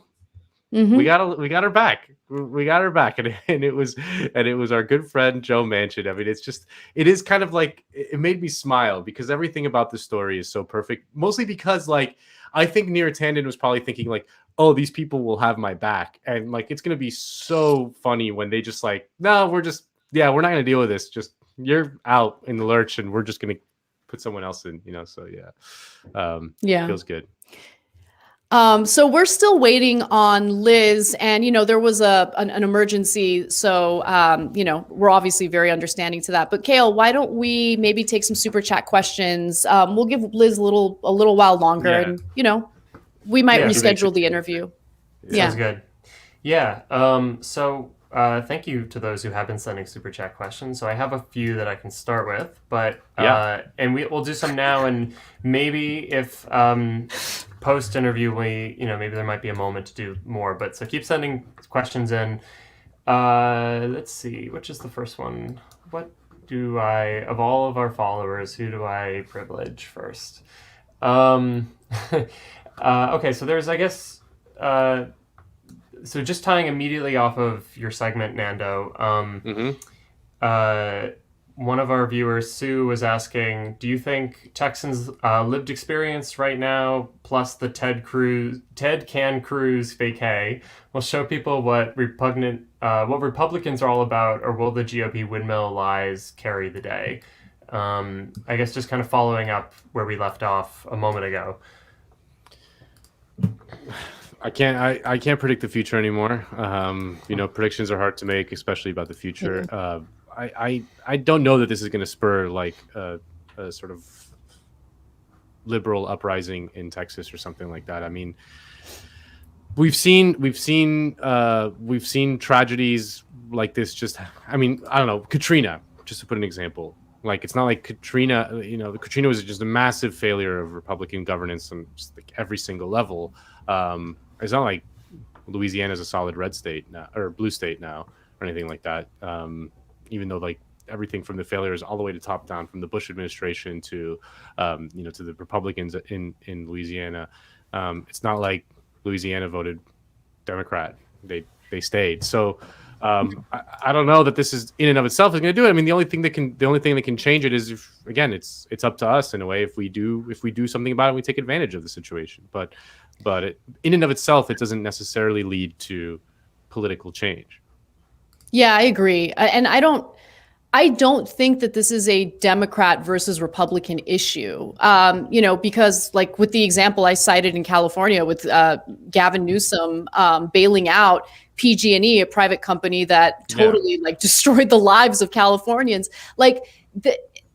I think the central thesis of what your decode was on, Nando, is again so important, because it's not even about environmental policy. The point of it is that a privatized model that has a profit motive is the worst model when it comes to, these energy companies, to be a public utility. Unless the politician in question is framing it that way, I don't think that you can expect any real change. Yeah. Right. And then middle class liberals, middle class conservatives turn everything into a culture war issue. So it's you know, are you do you believe science? Do you not? Do you all the right wing memes about the windmills, like we were talking a moment ago about? I think it's going to be incumbent upon the left to make the case for public ownership, and I think. And we should also, and I think this has already been said, I think, to some extent, if I was listening correctly, although, to be honest, I don't really know if I'm listening to the show ever, but no, but there was... You're busy like pulling the levers and twisting the wheels, making sure that everything's running behind the scenes. He's like the Charlie Chaplin in the factory, just like, screwing bolts and, putting out fires. You don't want to see what's in front of me right now. It is a complete mess. It's like one of those like old like Soviet era panels with like just a bunch of colorful buttons. And you're just like bleep bloop bloop bloop bloop bloop. Oh, I'm putting in every input, checking every output. We got perfect efficiency in this planned economy over here. Hell yeah. But no, but the thing though is that, like, on that point is that just the fact that something is publicly owned, or to use kind of some older language, nationalized. Just because it's nationalized doesn't mean that it's working actively in the interest of most people. I mean, this is the thing with like the BBC in the UK, for instance, like publicly owned news, and yet it's almost entirely pro-business information. So that's, it's not enough just to have something be publicly owned. It also has to be publicly controlled. And I think it's hard to say exactly what that's going to look like. I think we have some models from the past, like Nando pointed out with the TVA, and we have a lot of history around the world, in capitalist countries, developmentalist countries, and communist countries. I mean, say what you will about the various political regimes, but we have actual evidence in these different parts of the world on how public ownership does in fact work. And so I think my guess is that a lot of publicly owned energy, there probably will have to be what Sam Gindin has called like layers of planning, that you'll have planning from top to bottom, but meaning it's coordinated, it's planned, it's not left up to the market, left up to the whims of is there enough input and output based on demand or based on supply. It's entirely based on what are the human needs that we have right now and how do we meet those needs. And my guess is that it's going to be democratic in the sense that you'll have people representing, people that are deciding upon energy usage, what kinds of energy, where that energy sits geographically. All those kinds of questions are handled. Either some of them probably will be democratically at the grassroots level, but a lot of those questions will be siphoned up to a democratically elected chain of command that, so those layers of planning, like like what are those cakes that have like 10 layers? It's a layered cake. Yeah. It's like a layered cake. But good movie. I watched it recently. It's a fun one. Layer cake. Next question. Next question. So another one, kind of jumping right off of what you were saying, Nando, actually. But Lee writes that she disagrees with you with regards to West Virginia, saying that most poor and working class people there do not vote, and an Atlanta-style organizing campaign may work to flip the state. I mean, most poor and working class people do not vote in West Virginia, just like they don't vote in Florida or California or New York or everywhere in the United States, and everywhere really in the developed world at this point. That's obviously true. I mean, I don't dispute that, and I don't think that West Virginia is like hopelessly reactionary by any stretch of the imagination. I just think that in the political terrain right now, the Democratic Party is toxic in West Virginia. The Democratic Party brand is toxic, which is increasingly what's happening in Florida, right? We saw in Florida, the Democrats in Florida are just like one of the worst state-run parties you can ever imagine. And you see things in Florida like Republicans winning everywhere while they vote overwhelmingly for a $15 minimum wage. I mean, it's because the Democratic Party brand in Florida is absolutely toxic, and more so and more so and more so. So I don't think that West Virginians are hopelessly reactionary. I just think they hate the Democrats. Yeah, you're right about that. I think the evidence is overwhelmingly about that. Yeah, no, you're right about that. And because you can push Manchin, like let's say Manchin makes a political calculation, or at least pretends that he made a political calculation, indicating that like voting in favor of increasing the federal minimum wage would hurt him with his constituents in West Virginia. No, his constituents want a $15 an hour minimum wage. And so there's actually been some pretty great organizing in West Virginia to basically call him out. And it's led to a lot of backlash. And he has softened his message in regard to coronavirus relief. So as long as you're campaigning on issues that help working people, I think that you can pressure him in the right direction, even in a red state like West Virginia. This is all really about branding. And yeah, the Democratic Party has become a toxic brand in places like West Virginia. You're right, Nando, in places like Florida, because increasingly they've moved away from talking about, economic issues that actually matter to people's lives, and instead have chosen to like focus on the culture wars that I think turn a lot of people off when they're, about to get evicted and are hungry. Well, and the Democrats also were the ones that were proposing those economic policies that destroyed that state and other states. Yeah, NAFTA, West Virginia voted Democrat up until like the 90s, and Joe Manchin is kind of like a holdover of that kind of thing. Like West Virginia was solidly Democrat for decades. I mean, West Virginia was, the coal miners in West Virginia were the tip of the spear in revitalizing the labor movement in the 1930s. I mean, it's like, it's not, these people are not hopelessly reactionary. It's just not true. It's just that the Democrats failed them. They hate them. The Republicans continue to fail them as well, but at least the Republicans' brand to them is not as unpalatable than the Democrats, who they just see as like, sellouts who are full of shit. I don't know. Well, and the Democrats haven't ever really challenged the power of corporations in the last 40, 50 years. They haven't challenged kind of the macro system. They haven't challenged globalization. Like, there are big economic changes that have happened over the last few decades that have happened globally. And in the US, it's been deindustrialization that's happened in Western Europe as well. I mean, the thing is that it's not that, it's not that like if a Democrat or a Republican was overseeing that thing, that transition, that change, there would have been much of a difference. It's more that the Democrats never put up an actual fight against it. It's like these things happen because capitalism is a real abstract thing that actually does exist in the world and has dramatically changed how we live. But we on the left, and what the labor movement historically has done, although it hasn't done as much lately, is actually challenge that and say, in that process, the owners aren't going to get it all. That the workers have to be protected, that they need to have greater ownership over the changing economy.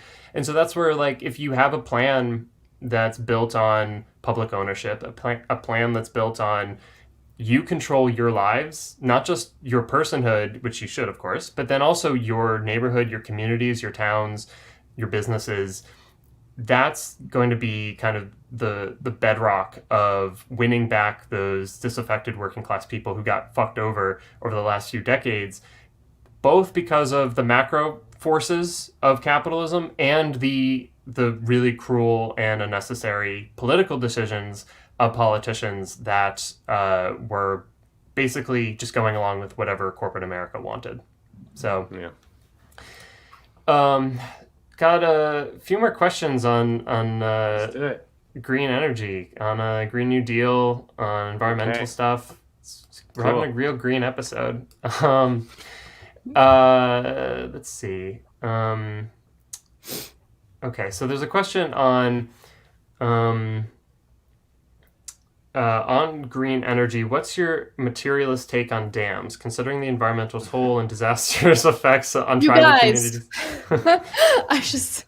Every time we take the questions, I feel like a student in like Soviet era Armenia, where like the teachers call on you in front of the whole class, and if you don't get it right, what is the correct materialist take on Jesus Christ, Nando, go. What is the correct materialist take on like open shirt collars? You know, like...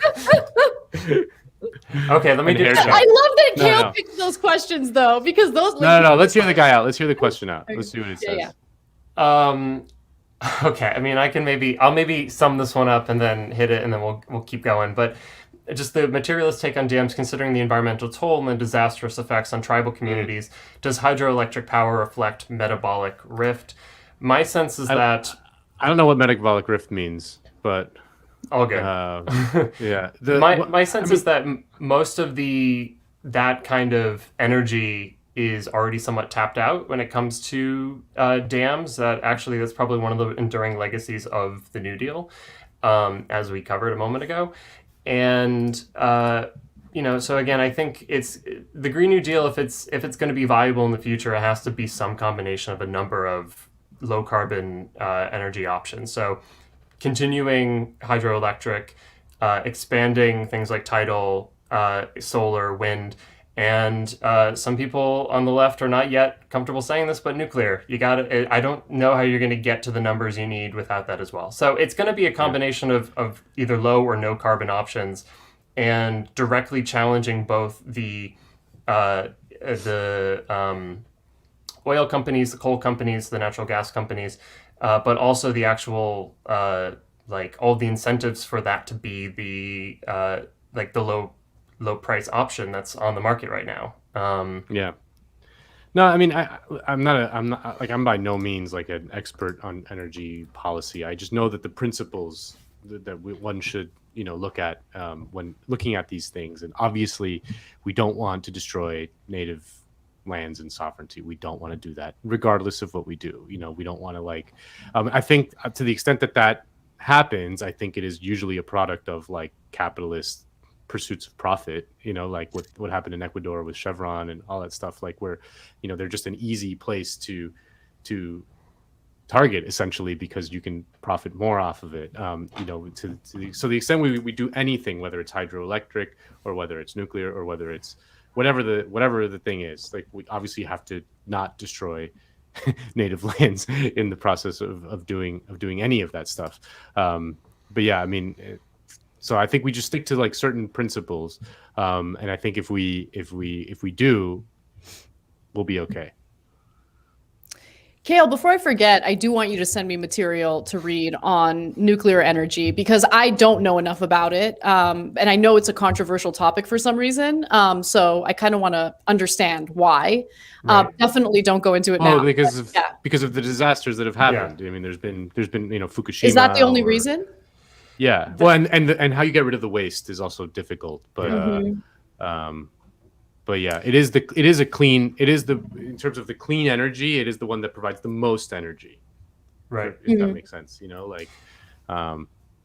it's those reasons that Nando mentioned, but the biggest challenge going forward, because as far as we understand, the current technology does have means, or they are developing means to deal with waste. They are developing means to do with safety of, that if you have an earthquake and a tsunami hit your plant simultaneously, which is what happened in Fukushima, there isn't any kind of leak of nuclear material, which as far as I understand, wasn't actually even what happened with Fukushima, that hardly anyone I don't think anyone died directly because of nuclear radiation exposure, but I'm sure someone in the comments is going to get real mad at me for that one. But even I don't know about it. Yeah. Even totally. Chernobyl. I mean, the amount of people who died at Chernobyl due to the radiation poisoning and things like that is lower than the number of people who die from like carbon like power plants like every year, something like crazy like that. But it's just like the nuclear meltdown is such a scary thought. Yeah. That it's one of those like things where like it really is like just like a terrifying. I mean, there's 3 Mile Island in the United States in the 1970s. Like there is a certain fear that this is like a thing that has to be dealt with extreme care. It's like that there is those risks, but like I think like Cale says, like it is the cleanest form to produce the most amount of power. So, well, the thing is, to like, the extent that you can improve the technology and make it secure and get rid of the waste and all that stuff, nuclear seems like it'll be in our future. The last two really quick points on this. The first is that any energy source you choose requires production, and it will have some kind of waste. There's always what's understood kind of in more economic terms is like public bads. Like the fact that you are doing any kind of production means that there's going to be some kind of bad output. Like that's just how literally all production works, right? And so what you want to do, of course, is you want to minimize the amount of like nuclear waste. There's models now considering recycling, basically reusing what it outputs to then go back in as an input into nuclear plants. All of this is, it's not worth going into at the moment. But the point is that even if you're building solar panels, even if you're building wind turbines, even if you're, any of these things, it necessarily means you're going to be transforming the earth. It means you're going to be, digging out material to build these things. It means you're going to be stationing them up somewhere. That's an inevitable process in all of this. So, like, the fact that, nuclear also has, like, it faces the same, like,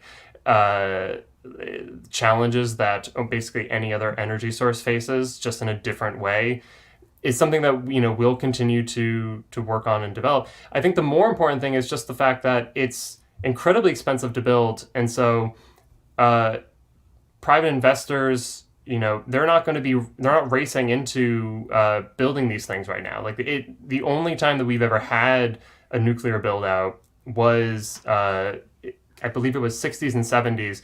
Directly, actually, a lot of it came in response to the oil crisis in the early 70s, where they needed a different, more sustainable energy option. And so, again, the challenge is going to be, it has to be state funded, because right now it's probably still not like a good market incentive. There's no good market incentives. It's not a good investment from the perspective of a businessman, woman. And so again, I think it's, that's kind of the most important kind of hump that that is kind of in front of that project right now, I guess.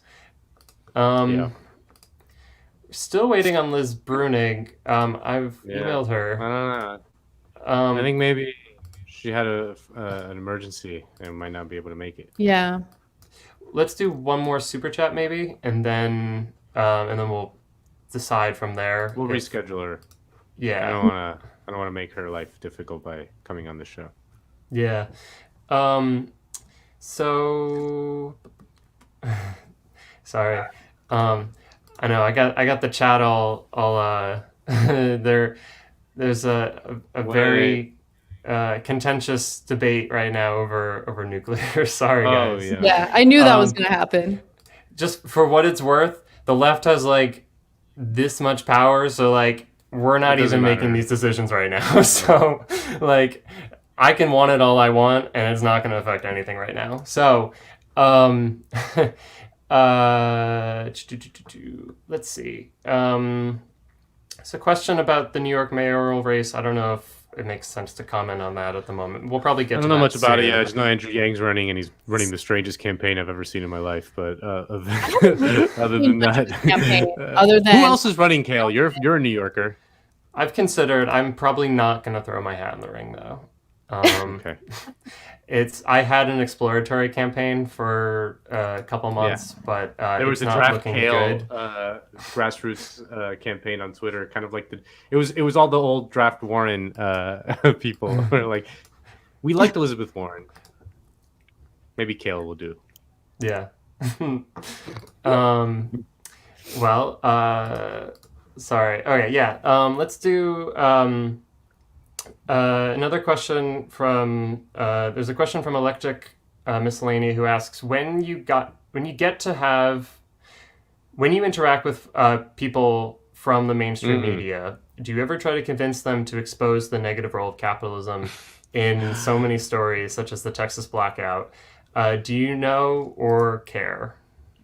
You'd be better served trying to change the sky green than than doing that. I mean, outside of like incredibly rare exceptions where you have some sort of, these people are there for that. It's like a fish in water. They don't know that they're in water. It's like, I mean, that's what Noam Chomsky talks about all the time. It's not like these people are like, it's not like they know how wrong they are. It's not like they know that they live in the bubble that they live in. They really genuinely believe the things they believe, and think that this is the greatest country in the world, and capitalism is what makes this country the greatest country in the world. Like, that's just, it's like one of those like givens in the bubble that they live in. They don't know they're in the bubble, and they don't realize that it's just a given in their ideology without ever really being challenged. Yeah, it's there's an old little adage, I guess, of either it's extremely difficult or it's near impossible to convince someone to believe something that they're paid not to believe.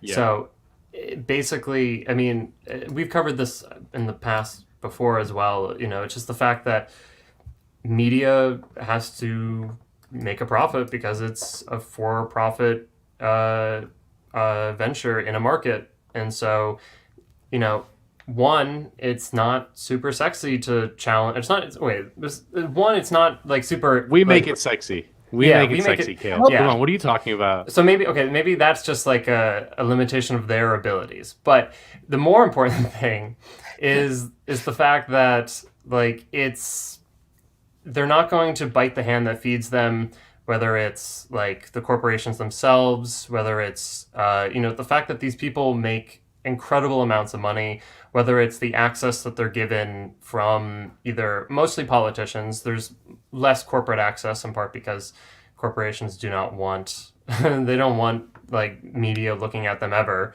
if they can get away with it.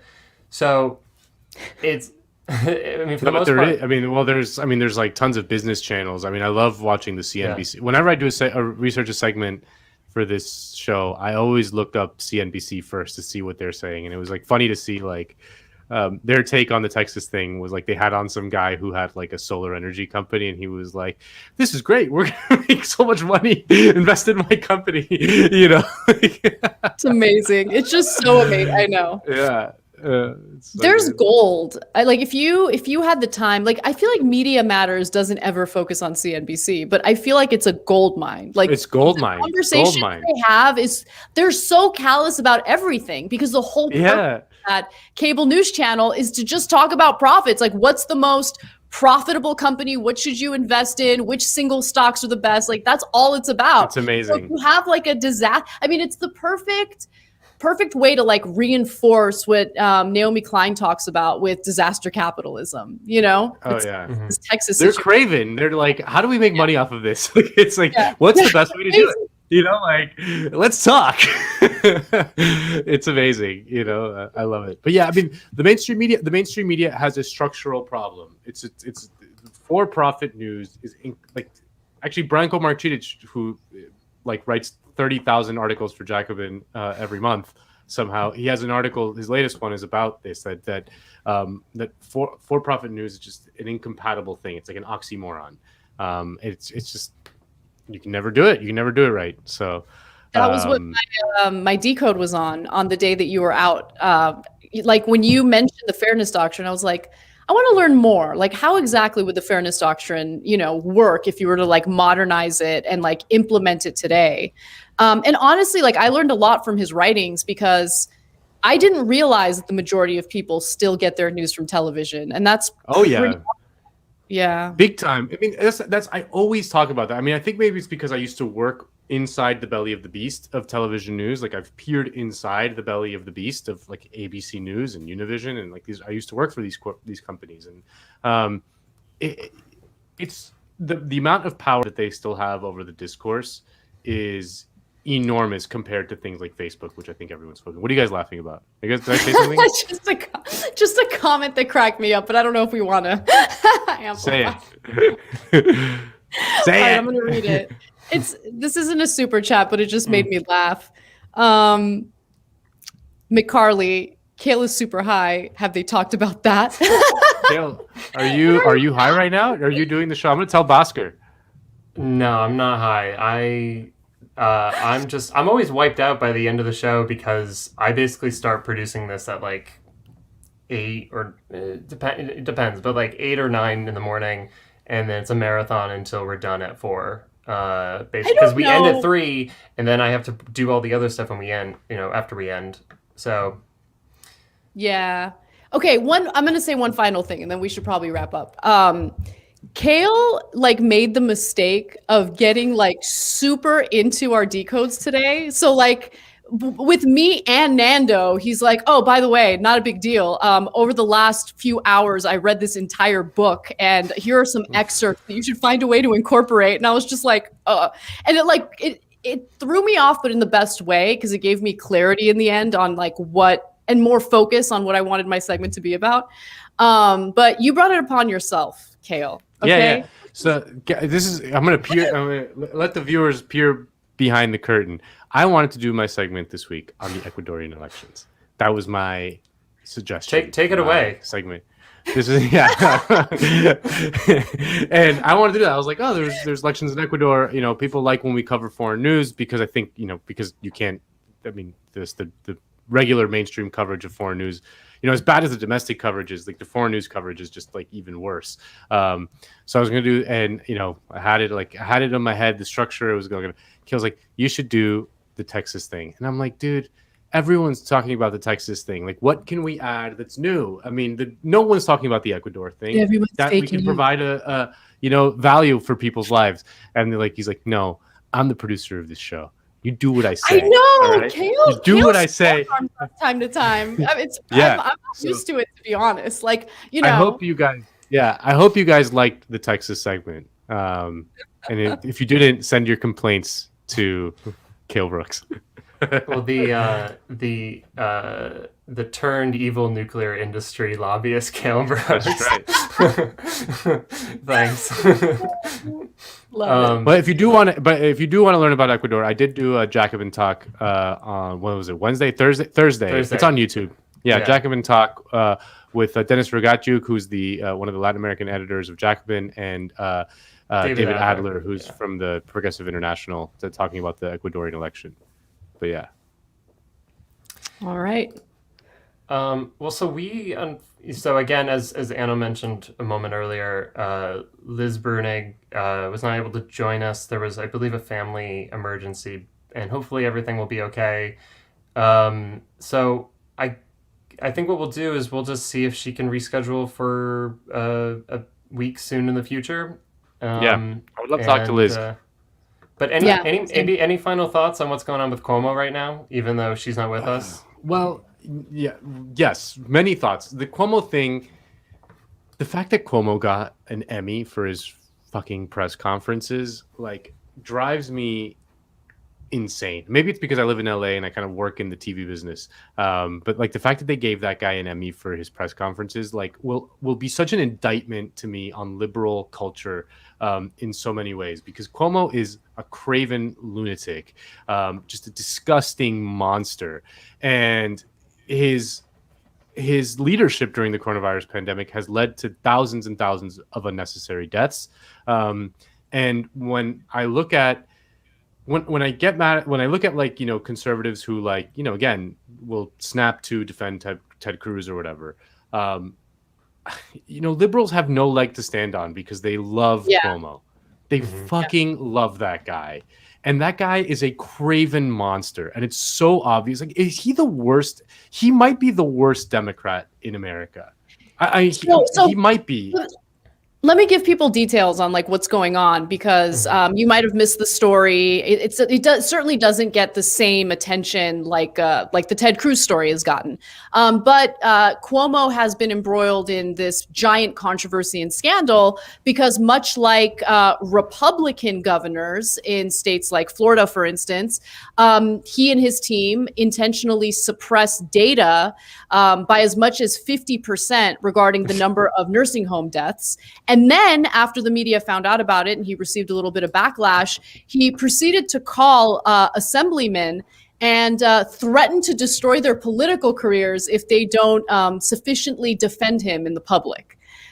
He's like a mob boss. And the reason, like, the only point that I want to make about Cuomo and the incredibly complimentary media coverage he got early on in the pandemic is there was just this very clear effort to compare Trump to anyone else, and just to highlight how awful Trump is. And what ended up happening is Trump's terrible behavior and his unwillingness to take the pandemic seriously made the bad actions of other politicians pale in comparison. And like, Trump didn't really seem to take it seriously, whereas Cuomo, you use those press conferences to like posture and make it appear as though he was like this hard worker who's like trying to take care of everyone. But at the same time, by the way, for anyone who actually cared to investigate it, and you didn't even have to do much, just scratch the surface, homeboy's cutting Medicaid funding. Like, come on. So none of this should be surprising. And if you peer back a little bit, if you kind of step back a little bit, Andrew Cuomo's father was the governor of New York. Andrew Cuomo's brother is the primetime anchor on CNN. I know, Anna, you go on the show, so I don't want to besmirch too much, but no, don't worry about it. But Andrew Cuomo's brother is CNN's main primetime anchor. They made like a whole thing about during the early days of the coronavirus, where like he would go on his show and they'd be like, "Hey, bro, what's up?"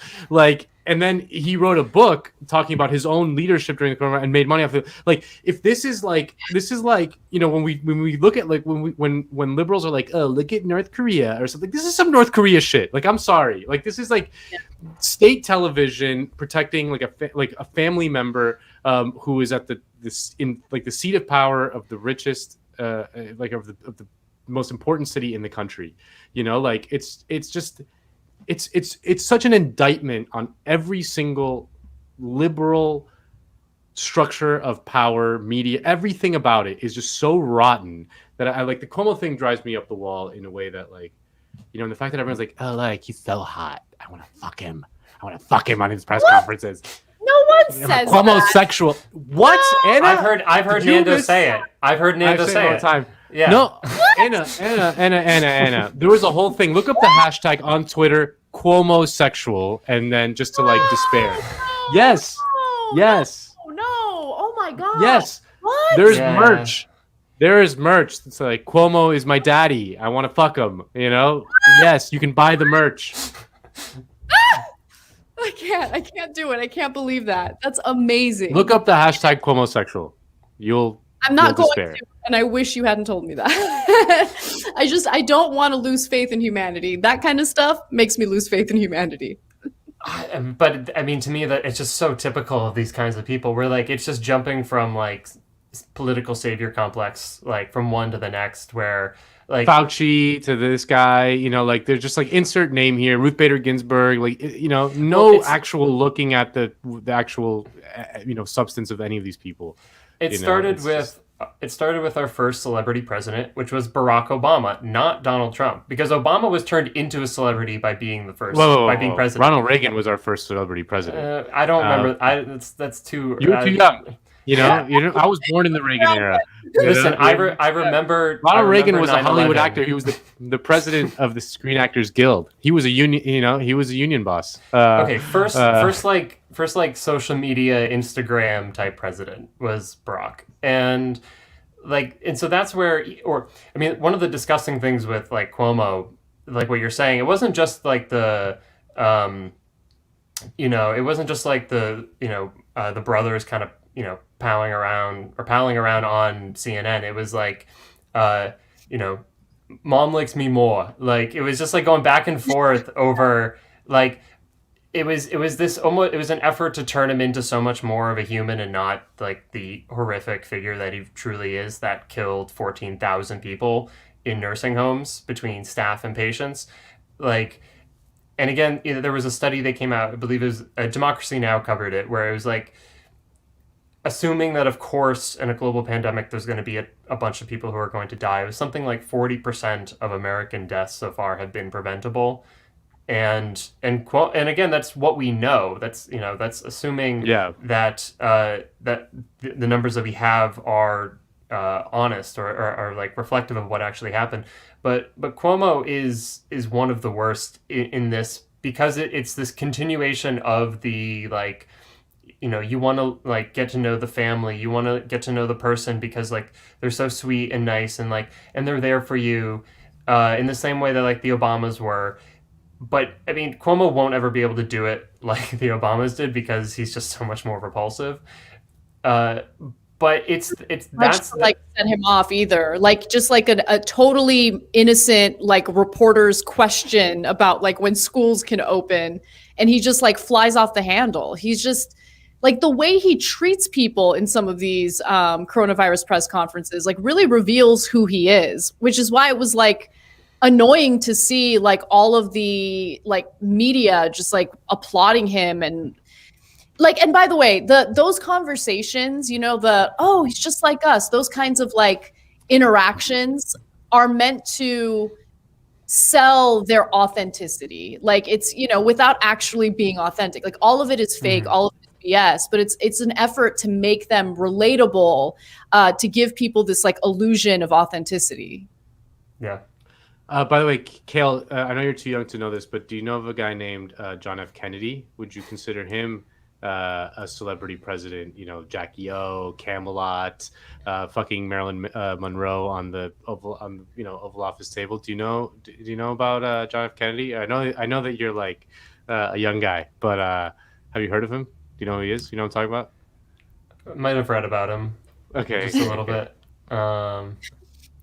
Cool. But you know what I mean. You know what I mean. I know like, what you mean. I'm just there's giving a continuity that exists before Trump of the president being like and not just the president, but the entire family of the president, of this like, these are people that you feel so comfortable with. You're like, oh, this could be my friends. Like, Donald Glover just got a big deal at Amazon, and his first hire was Malia Obama for the writer's room of his new show. Malia Obama. I would love to see what her writing packet was like. And it'd be hilarious if it was just like. It'd be hilarious if it was like actually funny. But I wonder if that has anything to do with the fact that her parents have like a film company now, or like like they're now producers for like Netflix series. Look, as the child of two Armenian immigrants, sometimes I wish my parents were the Obamas. Like, I will say, it certainly opens up doors for you. But anyway, all right, we should wrap up, but we should definitely reach out to Liz and hopefully we can get her booked on a future episode of Weekends. Cale, thank you for all your hard work today. You bust your ass for us. We have incredibly complicated decode segments that you gotta not only help with, but you know, get all that video content for. So I can't imagine how busy your Saturday mornings are. But everyone, until next week. Show we do it all over again. Love. Yeah, we wouldn't be able to do this without him. And so, yeah. That's our show for today, guys. Sorry about the interview today, but we will get that rescheduled for you. Hopefully you enjoyed the longer super chat portion of the show. Nando, any final words before we go? No, it's a fun show. Definitely. All right. And if you want to help support our program and all the wonderful talks that you see over on the Jacobin channel, you can like the channel, or you can like this stream and share it. And also please subscribe not only to the YouTube channel, but of course to Jacobin's magazine. Thank you so much for watching. Thank you for your support, and we'll see you guys next weekend.